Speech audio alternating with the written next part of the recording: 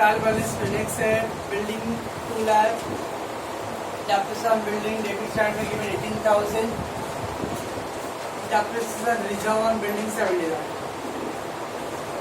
Of the above 20,000 costing rupees included in the building. Of the above 20,000 costing included in the building. उस 2 लाख रुपए में 20,000 का include है, which is acquired on the 31st March 2019. Acquired म्हणजे purchase. तो 2 लाख रुपए में 20,000 मशीन का बिल्डिंग का इंक्लूड है जो परचेज किया 31 मार्च 19 में. Prepare the fixed asset notes.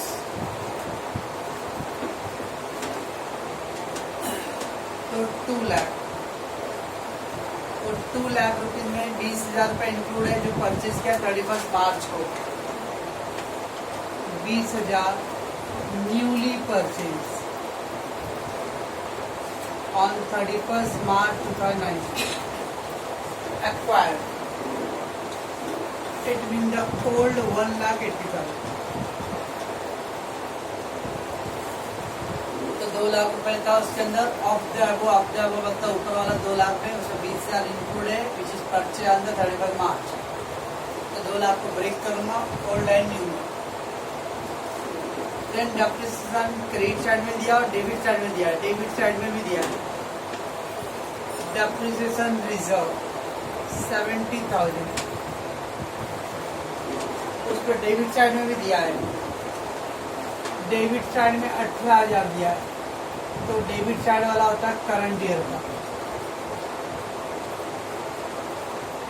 और डेबिट साइड में देने का मतलब होगा कि करंट ईयर का भी इसमें इंक्लूड है. तो 52,000 ये डेप्रिसिएशन रहेगा up to the last year. पता नहीं कैसा कैसे कुछ तो रहेगा. 2 लाख का ब्रेक करके 20,000 रुपये न्यूली परचेज आपके बोर्ड लगे. 70,000 में 18,000 रुपये डेबिट साइड दिया था तो करंट ईयर का है. बाकी का 52 था अप टू द लास्ट. बस चलिए फिक्स असेट्स का नोट बोला है.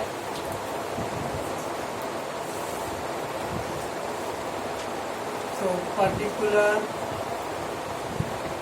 क्रॉस ब्लॉक, ओपनिंग, एडिशन, सब में सेल नहीं दिया है तो no need to do the deduction का column, directly closing. Then depreciation up to last year, current year, closing या टोटल, और फिर नेट ब्लॉक. तो सेल का पॉइंट नहीं है, इसलिए एक कॉलम इसमें से गायब. एडिशन डिडक्शन का कॉलम नहीं, इधर पे डिडक्शन का कॉलम नहीं. तो ऐसा फॉर्मेट आएगा. आप ज़्यादा प्रेशर लो मत.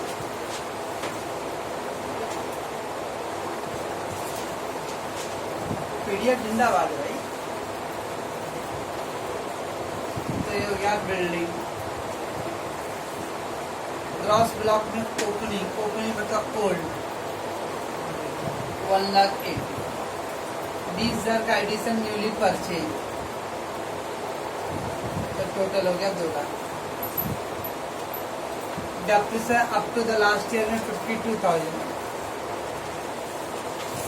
Current year depreciation 18,000. तो टोटल हो गया क्लोजिंग 70,000. नेट ब्लॉक में ग्रॉस ब्लॉक का क्लोजिंग, डेप्रिसिएशन का क्लोजिंग, क्लोजिंग माइनस क्लोजिंग, तो 1,30,000. What is this? इसको है ग्रॉस ब्लॉक का सॉरी फिक्स एसेट का फॉर्मेट. तो पहले 2 लाख का बिल्डिंग था, उसमें पूरा इंक्लूड है कितना 20,000 न्यूली पर चुका. तो बाकी 70-80 बचेगा ओल्ड. डेप्रिसिएशन में 18,000 डेबिट साइड में दिया है. डेबिट साइड में इसका मतलब वो करंट ईयर का है. तो बाकी बचा हुआ जो रहेगा वो लास्ट है. बाकी अब छापना है भाई.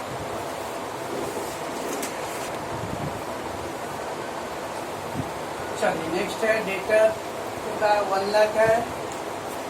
ऑलरेडी दिया है 4,000. of the above 40,000 debtor due for more than 6 months. Of the above 40,000 debtor due for more than 6 months, prepare the appropriate notes. तो डेटर दिया 1,04,000 रुपये RDD है और 40,000 रुपीज डेटर्स दिया है, उसमें बोल रहा है due for more than 6 month. ज़्यादा डिटेल में जाने जल्दी कर लेंगे तो टाइम वर्ड हो गई। No trade receivable,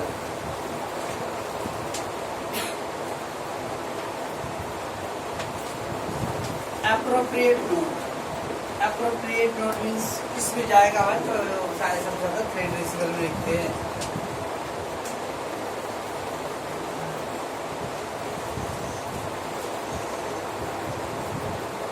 trade receivable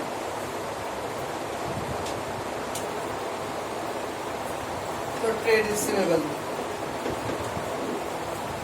1 lakh rupees था, उसमें 40,000 बोल रहा है due for more than 6 month. उसमें यानी 40,000 पैसे डेटर कस्टमर है जो 6 महीने के बाद पैसे देंगे। Due for more than 6 month, that mean the 40,000 debtor है जो बोल दिए हैं या एग्रीमेंट बना दिया कि हम लोग पैसे 6 महीने बाद देंगे। मतलब बाकी के 60,000 ऐसे बच्चे जो हम लोग को 6 महीने के अंदर देंगे।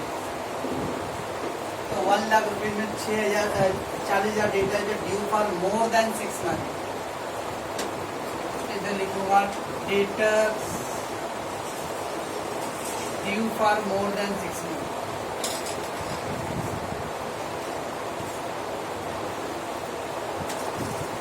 Debtor due for more than 6 month, तो 40,000 रुपये डेटर है due for more than 6 month.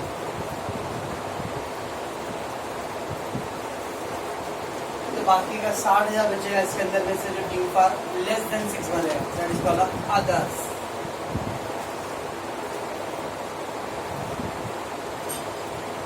तो 1 लाख का 2 भाग हो गया, 40,000 6 महीने के ऊपर वाले, 60,000 6 महीने के नीचे वाले, that is called others recovered या due for less then.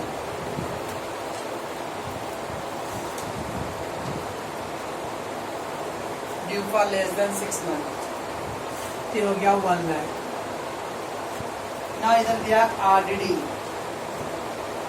Single RDD दो, बचपन का बड़की दीदी, ऐड फरदीन की दीदी, ऐड नवीन की दीदी, लेस पुरानी दीदी। अब ना तो मेरे को बैठे सवाल में है, ना FRDD है, ना NRDD कहीं दिया है। Only one item is there, RDD given. That is old RDD, trial balance के अंदर दिया इसका ओल्ड RDD है। जब खाली ओल्ड RDD क्वेश्चन में दिया रहेगा तो फॉर्मेट बनाने का सोचने का जरूरत नहीं है, डायरेक्ट उसको लेस फ्रॉम डेटर RDD 4,000 तो 96,000। So when there is a RDD only given old RDD, no bad debt, nothing, direct उसको डेटा में से लेस कर देना है। FRDD NRDD दिया रहेगा तो हम लोग लिखेंगे उसको प्रॉफिट लॉस अकाउंट में, फिर वो फॉर्मेट में आएगा बैड डेट FRDD NRDD होगा। अकेला ओल्ड RDD दिया रहेगा तो that will directly deducted from the debtors.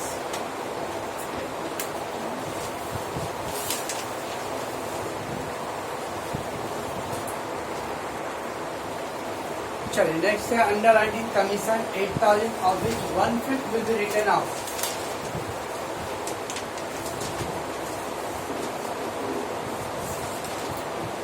तो 13 का सोल्यूशन पार्ट है underwriting commission 8,000 1/5 written off. अब इसके पीछे कहीं आया था preliminary expensive 10% written off every year.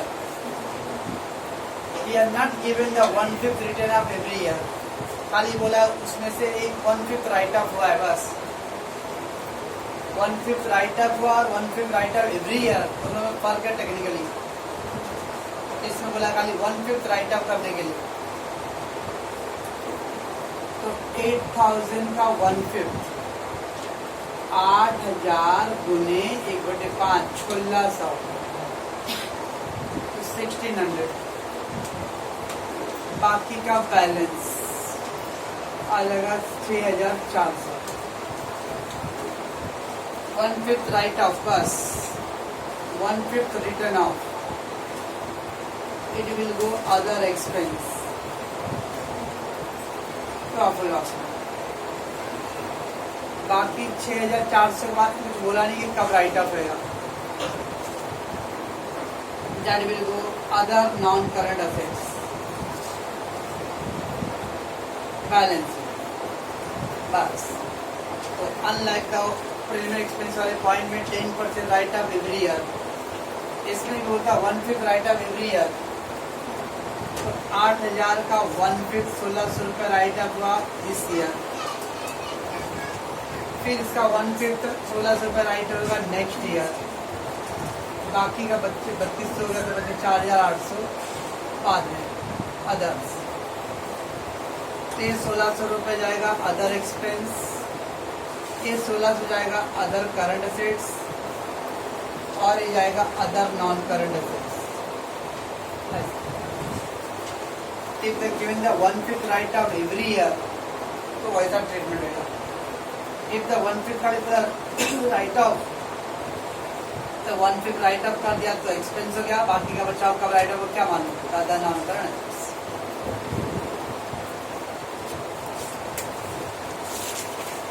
बस 2 कदम दूर है भाई। चलो नेक्स्ट है 50,000 transfer to general reserve, suggest the effect. Correct. 50,000 transfer to general reserve.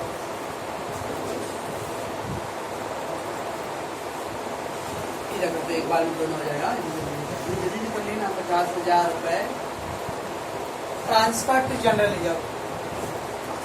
So one effect will go to the in the reserves and surplus वाले में allocation and appropriation, allocation and appropriation, transfer to reserve। The reserve surplus profit loss account में allocation और surplus वाले में transfer to general reserve। And second effect will go to the reserve से surplus में ही add to the general reserve। 50,000 रुपये general reserve में transfer करना है, तो जनरल रिजर्व में ट्रांसफर करना है तो जनरल रिजर्व ऐड करूँगा। ए के अकाउंट से बी के अकाउंट में ट्रांसफर करना है, तो बी के अकाउंट में पैसे जा रहा तो इसके अकाउंट में ऐड रहेगा।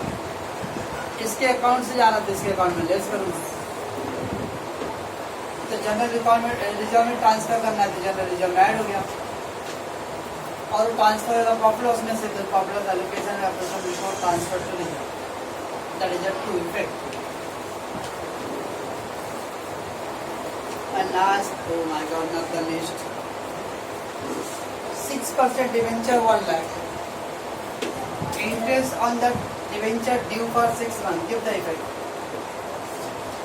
1 लाख रुपए है, 6% और मतलब 6 महीने का इंटरेस्ट। तो 1 लाख का 6% 6 महीने का 3,000।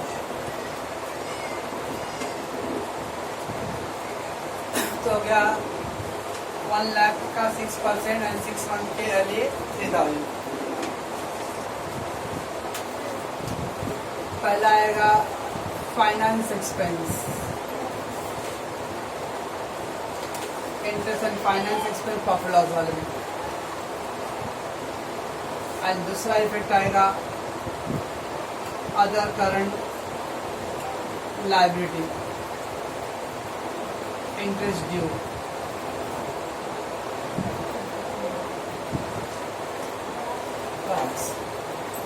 तो 1 लाख का 6% 6 मंथ के लिए इंटरेस्ट ऑन डिवेंचर है, लोन है, लोन पे इंटरेस्ट अपना एक्सपेंस, तो फाइनेंस एक्सपेंस, और फिर इंटरेस्ट ऑन लोन है that will go to the interest due and other current liability. स्वाहा।